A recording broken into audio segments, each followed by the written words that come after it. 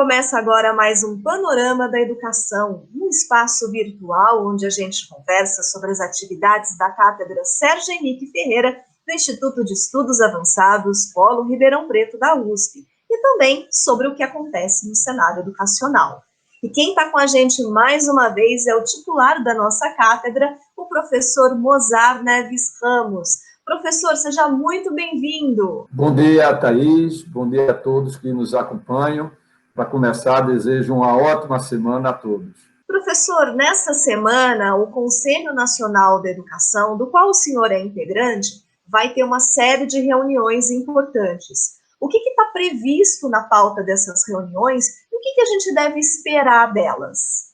Olha, Thaís, vai ser uma reunião que nós vamos tratar de vários pontos importantes, mas eu destacaria 3 momentos que eu entendo que serão estratégicos aí para a educação do Brasil.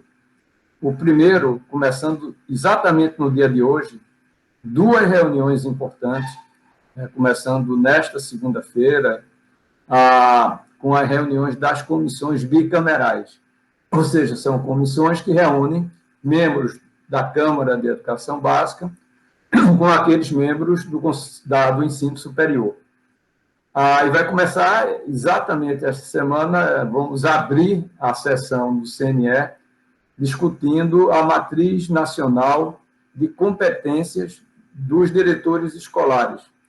Eu sou relator dessa matéria, é um trabalho que decorre até do trabalho que já efetivamos e realizamos no que toca à formação de professores, tanto inicial como continuada.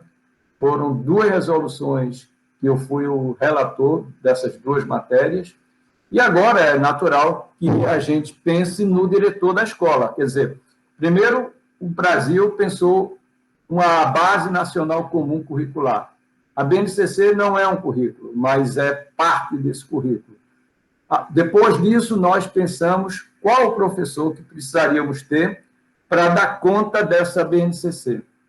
E agora, qual o diretor que a escola precisa ter, não é um diretor eficaz para poder, de fato, a escola responder a essas novas demandas do século XXI.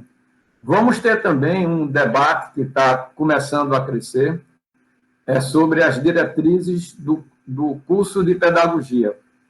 Exatamente em decorrência das resoluções de formação de professor, que eu citei agora, nós vamos precisar também fazer algumas adequações e mudanças nas DCNs da pedagogia. É um tema bastante complexo, né, e que está sendo discutido no CNE.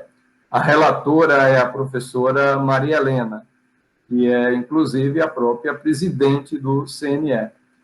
E um terceiro ponto vai ser a reunião com o INEP, quando, na terça-feira, portanto, amanhã, à tarde, e é aberta, porque é uma sessão pública, do Conselho Pleno do CNE, quando, na oportunidade, o INEP, através de seu presidente, o Alexandre, ele vai apresentar o cronograma dos exames, né, relativos ao SAEB desse ano, ao ENAD e o ENEM. Então, vai ser uma reunião muito importante, porque vai ser apresentado o cronograma das avaliações, tanto da educação básica como do ensino superior, pelo INEP.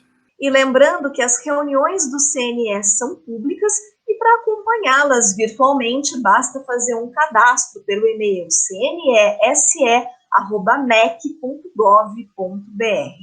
Professor, agora trazendo a conversa para a nossa cátedra, nessa semana a gente teve várias novidades no trabalho que é desenvolvido pelo senhor e pela equipe.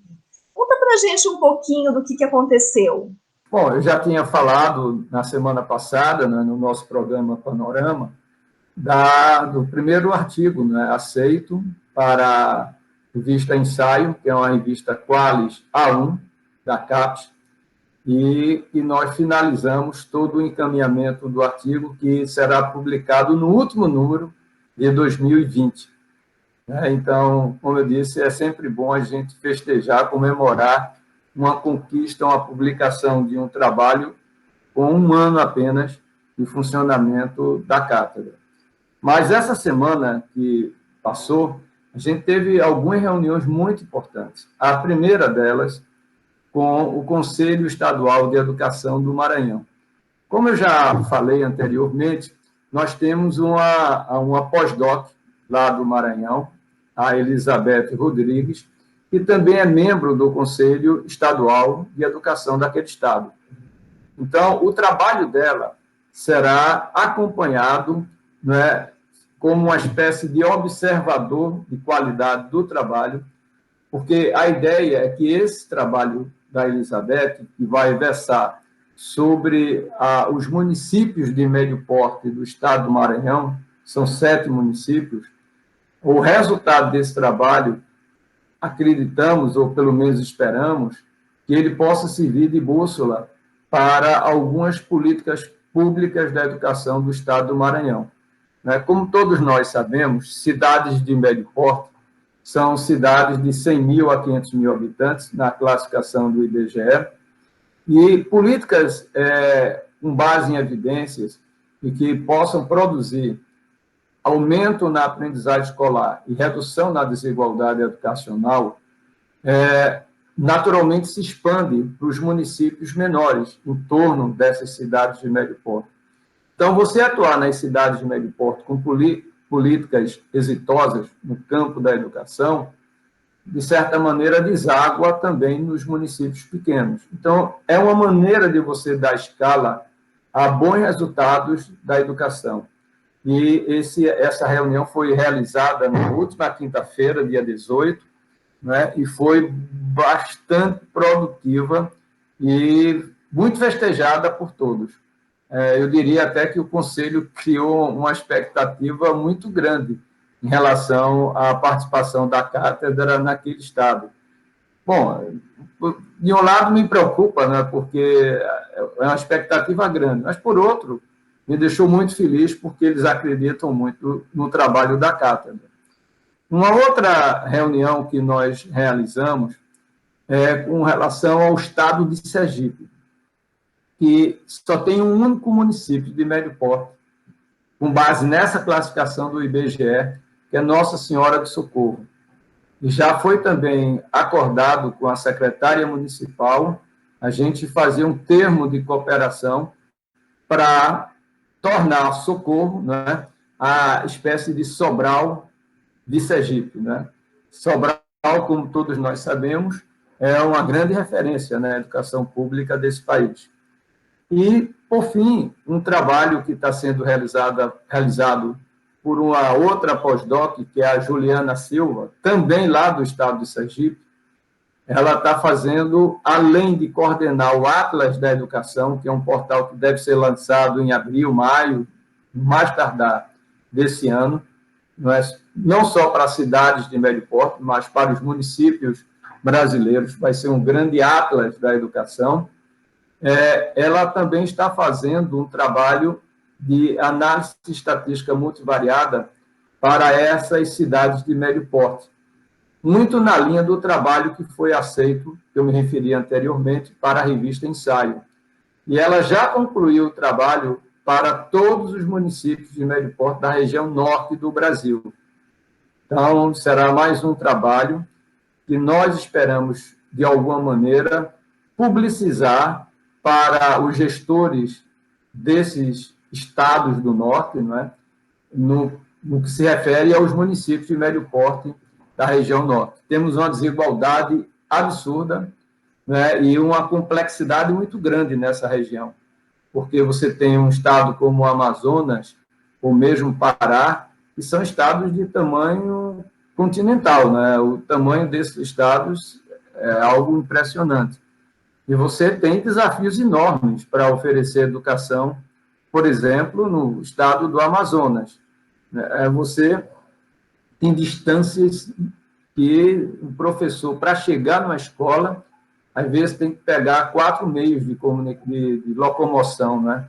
Então, é um desafio enorme.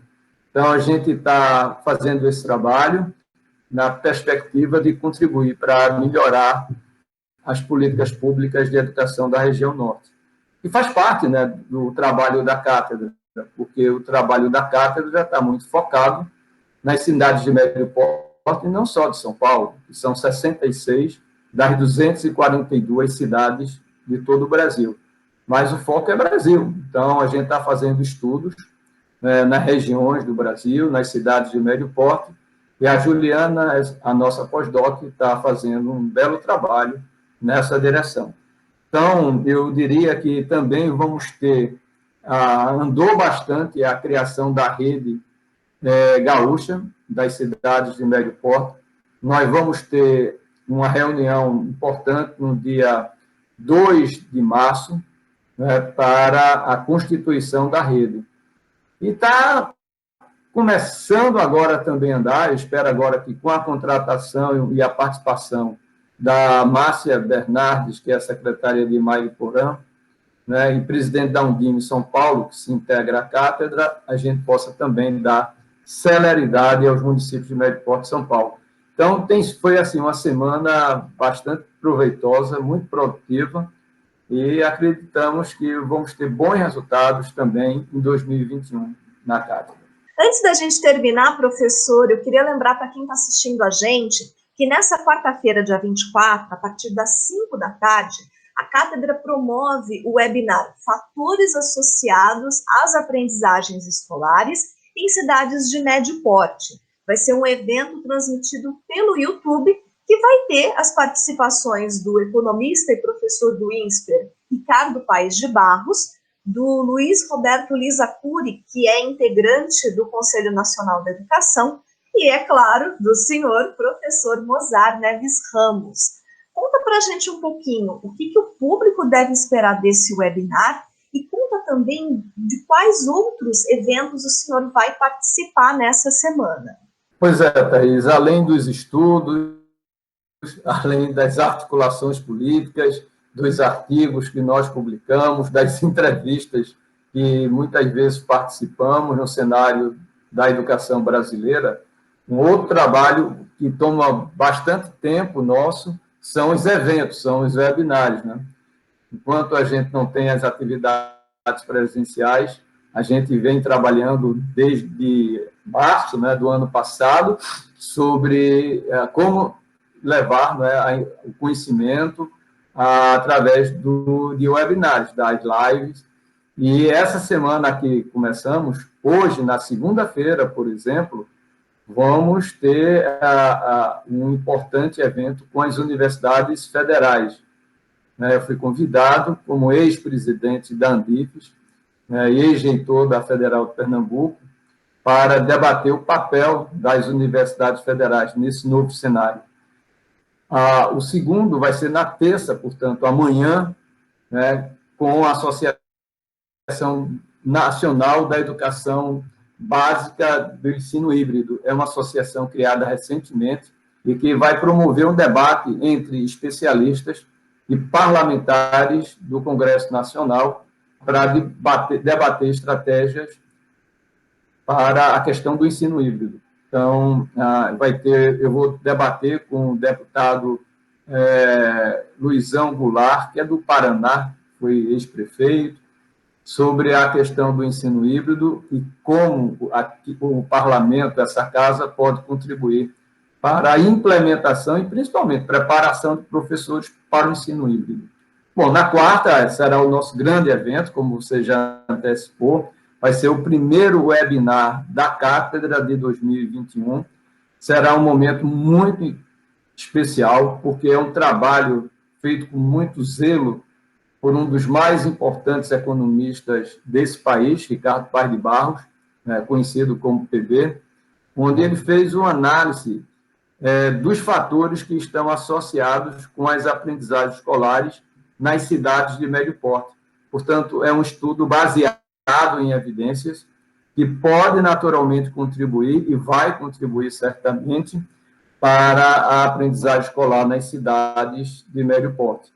Então, por isso, o nome são que fatores estão associados à melhoria da aprendizagem escolar nas cidades de médio porte. Você vê, né, quando a gente começa a semana, a gente ainda pega a ressaca do trabalho da semana que passou, não é? Então, a voz já, mal começou a semana, já está falhando. Mas esse evento vai ser muito importante, vai ter a participação de muitos secretários de educação das cidades de Médio Porto, muitos especialistas, está tendo uma ampla divulgação por diferentes canais. Então, convidamos a todos, né, a participar do evento da abertura do primeiro webinar da Cátedra Sérgio Henrique Ferreira, nessa quarta-feira, às 17 horas. Né? E na quinta-feira vamos ter um evento importante também, promovido pela Abre Livros, que reúne todas as editoras de livros didáticos do Brasil para discutir a questão do novo ensino médio e a BNCC. A gente sabe que está sendo um grande desafio para os estados, que têm a responsabilidade pela implementação do novo ensino médio, implementá-lo nesse cenário de pandemia. Ao mesmo tempo, algumas medidas que deveriam ter sido tomadas pelo Ministério da Educação, infelizmente, ficaram atrasadas, e isso está prejudicando a implementação. Mas esperamos que, com esses debates, essas questões, a gente comece, de fato, em 2021, a implementar o novo currículo no ensino médio, que é muito importante em função de um novo cenário disruptivo, né, que a gente vem enfrentando, que vai exigir flexibilidade, diversificação, né, trabalhar com o conceito de educação integral, de uma educação para o trabalho. Né? Então, é tanto que o quinto eixo do novo ensino médio trata exatamente, permite que o estudante possa fazer todo o ensino médio através de um ensino técnico profissionalizante. Isso é muito importante, porque o Brasil precisa muito de técnicos, de profissionais especializados em algumas áreas estratégicas para o desenvolvimento do país. Então, eu acho que o novo ensino médio, se adequadamente implementado e principalmente apoiado pelo Ministério da Educação, de forma efetiva, não somente com recursos, né? Recursos são importantes, obviamente, mas com a coordenação nacional que o MEC precisa assumir, né, vai ser muito importante para melhorar a produtividade do país, formar jovens preparados tanto para a universidade, como também para o mundo do trabalho. Então, vai ser um evento também importante, ou seja, vamos ter uma semana bastante agitada, com o CNE, com os webinários, enfim, as entrevistas que sempre surgem em semana de CNE, eu sou muito demandado pelos meios de comunicação, mas isso nos motiva muito, não é? Isso, na verdade, torna ainda mais relevante o trabalho que a Cátedra Sérgio Henrique Ferreira vem procurando fazer para melhorar a qualidade da educação em termos das aprendizagens escolares e da redução da desigualdade educacional nas cidades de médio porte, 242 cidades de todo o Brasil. É isso aí, professor. E para quem quiser saber mais sobre o webinar Fatores Associados às Aprendizagens Escolares em Cidades de Médio Porte, que é promovido pela Cátedra, e também sobre os outros eventos dos quais o professor Mozart participa como palestrante nessa semana, é só entrar no site do Instituto de Estudos Avançados Polo Ribeirão Preto, da USP, nesse endereço aqui, sites.usp.br/IEARP. Professor Mozart, muito obrigada por mais esse nosso bate-papo de hoje. Muito obrigado, Thaís, e desejo a você e a todos que nos acompanham uma ótima semana. E se você quiser saber mais sobre a Cátedra Sérgio Henrique Ferreira e as atividades que ela realiza, siga nossos perfis no Instagram, no Facebook e inscreva-se também no nosso canal no Telegram. Curta, compartilhe os nossos conteúdos e conta lá pra gente também o que você gostaria de ver a gente discutir aqui no Panorama da Educação. Além disso, os nossos programas ficam disponíveis toda semana em formato podcast nas principais plataformas de áudio. Na próxima semana eu volto com mais um Panorama da Educação e eu te espero aqui. Até lá!